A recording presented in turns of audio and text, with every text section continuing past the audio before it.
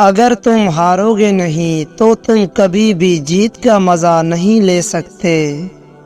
ہمیشہ خوش رہا کرو کیونکہ یہ بہترین انتقام ہے ان لوگوں کے لیے جو آپ کو اداس دیکھنا چاہتے ہیں۔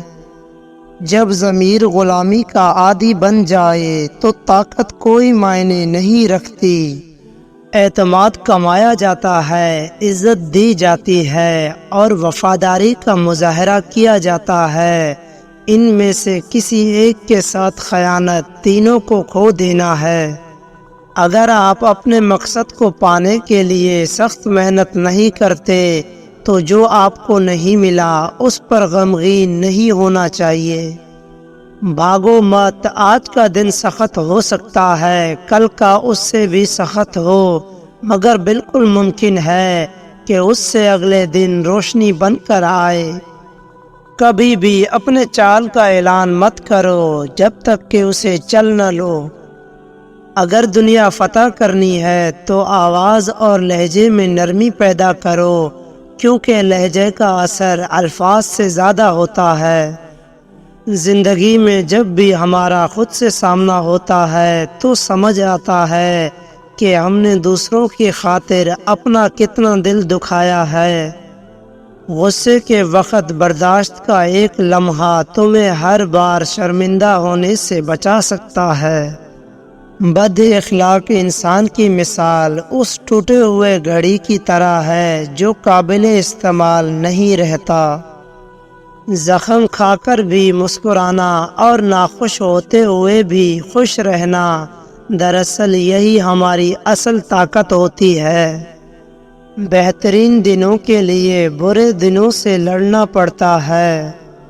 غصہ ہمیشہ تنہا آتا ہے لیکن جاتے ہوئے اپنے ساتھ ساتھ عقل، اخلاق اور شخصیت کی خوبصورتی کو لے جاتا ہے۔ جو لوگ سوال نہیں اٹھاتے وہ منافق ہیں، وہ لوگ جو سوال نہیں کر سکتے وہ احمق ہیں، اور جن کے ذہن میں سوال ابھرتا ہی نہیں وہ غلام ہیں۔ بے عزتی کا جواب اتنی عزت سے دیں کہ سامنے والا خود ہی شرمندہ ہو جائے۔ ان لوگوں کو نظر انداز کریں جو آپ کو خوف زدہ اور اداس کرتے ہیں، جو آپ کو بیماری اور موت کی طرف لے جاتے ہیں۔ اچھے کے ساتھ اچھے رہو لیکن برے کے لیے برے مت بنو، کیونکہ تم پانی سے خون صاف کر سکتے ہو مگر خون سے خون نہیں۔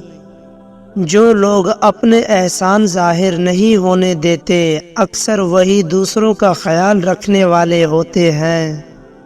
ایک خوبصورت دل ہزار چہروں سے بہتر ہے۔ کبھی کبھی ہماری زندگی میں مشکلات کا ایک لمبا سلسلہ چل پڑتا ہے اور یہ تب تک چلتا رہتا ہے جب تک ہمیں سبق نہیں سکھا دیتا۔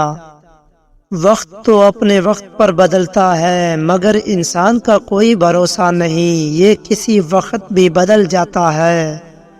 جب تمہارے رشتہ دار تمہارے خلاف بولنے لگ جائیں تو سمجھ جانا تم کامیابی کی طرف گامزن ہو۔ سب سے بڑا جاہل وہ شخص ہے جو اپنی پوری زندگی میں یہ ایک بات نہ جان سکا کہ اس کی دنیا میں آمد کا مقصد کیا ہے۔